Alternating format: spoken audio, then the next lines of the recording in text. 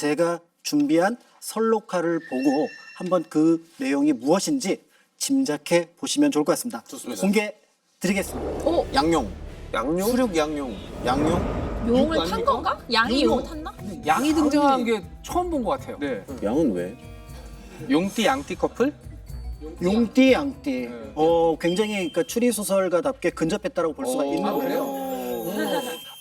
이게 이제 누군가의 사랑을 의미하는 문장 속에 등장을 하는 거예요. 근데 용은 이제 왕이잖아요. 그럼 양이 뭘까? 이렇게 생각을 하고 찾아보면은 이제 실패하게 되고요. 역사 용어에는 사실은 보면은 이게 중국의 전국시대 위나라 때 보면은 어떤 왕이 자신과 옆에서 굉장히 사랑했던 사람이 있어요. 근데 그 사람의 이름이 용양군이라고 하는 군호를 가지고 있습니다. 왕이 사랑했던 사람을 용양군이라고. 용양군이라는 사람이 용양군. 있었어요. 근데 이 용양군이 남자입니다. 아. 왕도 남자고. 그래서 용양지총, 용양의 어떤 뜻으로 누군가를 총애했다라는 기록이 고려사에 등장을 하게 되는 거죠. 총예. 쉽게 말하면 왕의 동성애네요. 그렇습니다. 왕이 됐어요. 그 누구 얘기입니까? 목종이거든요. 목종. 목종의 이야기예요. 목종이 후사를 볼 수 없었던 이유를 이 근거로 파악하는 경우도 종종 있습니다. 유행가는 용모가 아름다워서 왕이 남달리 아끼고 사랑하여 남색으로서 총애하였으며 이로 인하여 왕의 총애를 믿고 교만하고 건방지게 굴면서 백관을 경멸하고 사람들을 마음대로 부리니 왕을 가까이에서 모시는 신하들이 그를 보기를 왕을 보는 듯이 하였다. 스탠다드한 사랑이 아예 없네요, 여기는. 그러니까 이게 똑바로 된 게 그러니까요. 없고 그냥 다 막.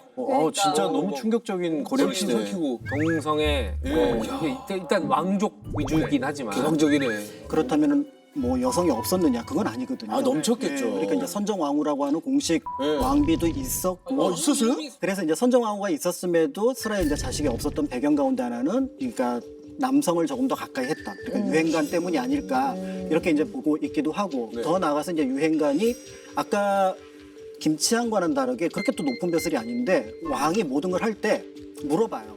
행관 이거 어떻게 해야 돼?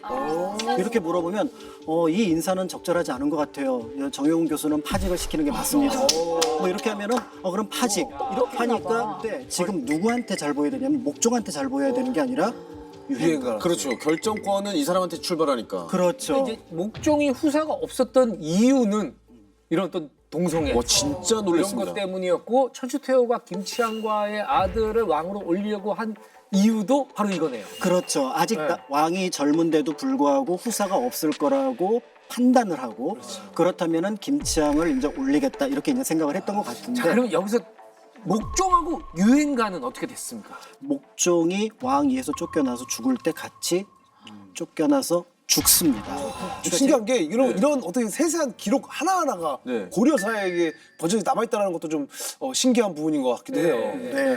그러니까 사실은 이제 이게 좀 복합적이긴 한데 그 내용을 조금 더 살펴보기 위해서는 또 다른 관련된 임금님 자료를 살펴보면 좋을 것 같은데요. 다른 또 임금님이 나이가 어리고 예쁜 용모를 가진 자들을 선발하여 여기에 속하게 하고 왕은 본래 여색을 좋아하지 않고 또한 감당하지 못하였으므로 공주가 살아있을 때에도 어행이 매우 드물었었다. 항상 스스로 부인의 모양으로 화장을 하고 먼저 어린 내비를 방 안으로 들여 그 얼굴을 보자기로 가리게 하고는 김흥경 및 홍련무리를 불러들여 난잡한 행위를 하게 했다.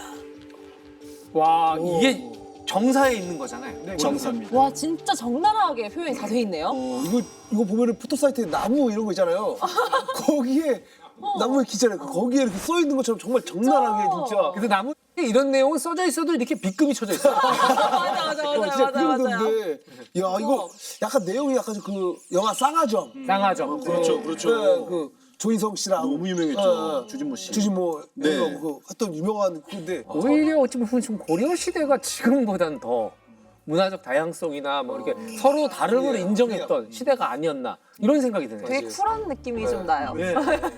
고려라는 사회 자체가 워낙 이민자들도 많고 다양한 문화들도 들어왔고 다양한 어떤 성향들이 있었던 것을 그냥 있는 그대로 보자. 그리고 이게 다 고려다. 정말 왕족 그 로얄 패밀리가 아니라 그냥 일반 사람들도 다 그런 식으로. 그런 모습들이 일부 나타났는데 그건 역시 이교보가 볼 때 서로 사랑하는데 해롭지 않잖아. 좋아. 이런 의미로 그 기록을 남겨놨다라는 거죠. 아, 이제 마지막 시선이 남았습니다. 너무 센 얘기들이 많은데 차이가 선생님께서 네. 마지막 고려시대 어떤 시선을 가지고 있을지 궁금합니다. 아마 앞에 내용이 너무 세서 되게 궁금하실 것 같으니 맞습니다. 네. 먼저 설록화부터 보시겠습니다. 이 설록화는 네. 결혼하러 오는 꼬마 신랑이에요. 결혼이구나. 우리가 시집을 간다, 네. 장가를 간다 이런 말 되게 많이 하잖아요. 우리가 고려 시대에는 사위가 처가살이하는 경우들이 많았습니다. 많았어요. 그러니까 그 시대에는 시집을 간다라는 표현이 아니라 장가를 간다라는 표현이 더 맞는 거겠죠. 장인집에 간다. 장가, 그래서 장가요? 시집. 남자가 장가 간다라는 표현에서부터 시작해서 보면 모계 사회였을 수도 있겠다라는 추측도 되게 가능하잖아요. 근데 고려 시대는 이혼이나 재혼 이런 일들이 이상한 일이 아니었던 거예요. 예를 들어서 왕의 부인 중에서도 재혼을 하신 분들이 있었어요. 재혼녀가 왕하고 결혼을 해요? 그렇죠. 그래서 성종. 아니 지금보다 더 개방적인 거 아니에요? 저는 모르고 있었거든요. 왜냐면 그때 왕의 허락을 좀 받아야 된다는 걸로 좀 알고 있어요. 원래 조선시대 때 조선시대에? 양반들. 네, 그죠? 양반들은. 예, 양반들은 그런다고 알고 있었는데 어떻게 고려는 조선에 비하면 여성의 재혼이 굉장히 흔했었던 그런 시대였고요. 굳이 표현을 하자면 생계형 이혼, 생계형 재혼이라고도 할 수 있을 것 같아요. 그 이혼, 재혼의 핵심 가치는 네. 재산입니다. 재산요? 네, 만약에 여성이 재산을 갖고 있지 갑자기? 않다면 지금은 안 쓰는 표현인데 예전에 이제 뭐 이혼 소방 맞았다 이러면은 집에서 쫓겨난다 그러잖아. 맨몸으로 쫓겨나는 네, 거예요. 근데 고려 때는 아까 상황이 어땠냐면 서류 부가원이잖아요. 지금 이래서 이혼을 해요. 근데 지금 장인집에 들어가 있어요. 못 살겠어. 우리 이혼해. 그럼 누가 나가야 돼요? 남자가 나가. 사위가. 사이가 나가는 거예요. 근데 조선은 반대로 헤어지자. 그럼 여성들이 재산이 없으니까. 그럼 이제 굉장히 뭐 출가 외인이니 뭐 다시 시댁으로 가면 어떤 놈이 진짜 온도차가 어마어마하다. 이 재산 문제가 현재도 굉장히 중요한 이슈인데 이혼에서 고려 때는 그것들이 어느 정도 보장이 되었다. 결혼을 해도 여성이 재산 합치는 게 아니에요. 자기 재산, 남편 자기 재산, 딸을 가지고 있는 거예요. 그러니까 시대에. 이혼을 하게 되면 자기 재산만 빼오면 되는 거예요. 제가 고려는 상대적으로 여성의 지위가 높았다고 말씀드렸잖아요. 어느 정도였냐면 나라에서 자식들에게 재산을 물려줄 때 성별을 따지지 말고 공평하게 똑같이 나누라고 합니다. 균분상속이 하나의 법제입니다. 네. 똑같이 나눠준다. 지금하고 똑같네요, 그거는. 고려 시대 손변이라는 관리가 경상도 안찰부사로 부임했을 때 남매 간에 유산을 두고 다툰 사건을 황재성 씨가 한번 읽어주시겠습니까? 선변이 말하기를 부모의 마음은 자식에 대해 같은 것인데 어찌 자라서 혼인한 딸에게는 후하고 어미도 없는 아직 어린 아이에게는 박하겠는가. 남매는 이 말을 듣고 느끼고 깨달은 바가 있어 서로 마주보며 울었고 손변은 마침내 재산을 반으로 나누어 주었다. 그러니까 딸한테 모든 재산 다 주고 네, 아들한테는 옷과 갓, 네. 그다음 지투리, 종이 이건 준 거죠. 분명히 나라의 법제도 아들, 딸 똑같이 나눠주는 건데 네, 나가라고. 그러니까 이게 무슨 뜻이냐. 어린 동생 보호해라. 이런 뜻도 있었던 거예요. 큰 뜻이지. 아버지도 기가 막힌 분이시네. 그런데 이 기반에는 뭐가 있느냐. 기본적으로 아들과 딸은 똑같이 나눠야 된다는 이게 있었기 때문에 이게 가능했던 거예요. 저희 위에 세대만 해도 무조건 아들. 그래서 그냥 돌아가시면은 아들이 거의 다 가져가죠. 집이 거의 다였어요. 네. 이때는 균분상속뿐만 아니라 여성이 재산상속, 호주, 제사의 주체가 될 수가 있었는데요. 호주가 될 수 있었어요. 네. 조선시대에는 아들이 없으면 양자를 들여서 제사를 지내고 대를 잇게 했었잖아요. 근데 고려는 딸 혹은 사위, 외손이 제사를 지내도록 법을 정해놨어요. 그래서 호적에도 아들, 딸 상관없이 올렸고요.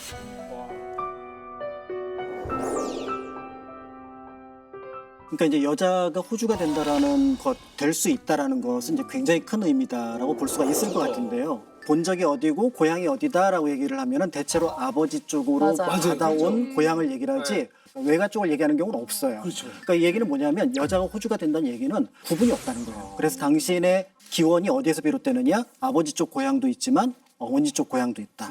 이렇게 볼 수가 있고 진짜 평등하다. 서리부가원 때문에 처가, 외가 쪽이 훨씬 더 예전에는 또 친가보다 조금 더 영향력을 끼쳤다. 야, 지금까지 이제 뭐 고려 시대의 뭐 여성의 지위 뭐 이런 것들 결국에는 사회적 배경 탓이 컸던 것 같아요. 자, 근데 이 사회적 배경에서 섭정을 했던 천태우, 그 정확히 한 몇 년 정도 권력을 누린 걸까요? 천추태우는 34살에 왕태우가 되어서 아들이 재위한 12년간 국정을 장악했는데요. 우리 역사상 이렇게 오랫동안 정치 권력을 휘둘렀던 여성은 찾기가 힘들었죠. 이 천추태우한테 요부, 악녀 이런 자극적인 수식어가 많아서 그렇지 사실은 실제로 왜곡된 이미지가 많다고 아니, 보여져요. 고려 시대 때 상황을 생각해 보면은 요부가 아니에요. 네, 악녀도 맞아요. 아니에요. 그러네요. 네.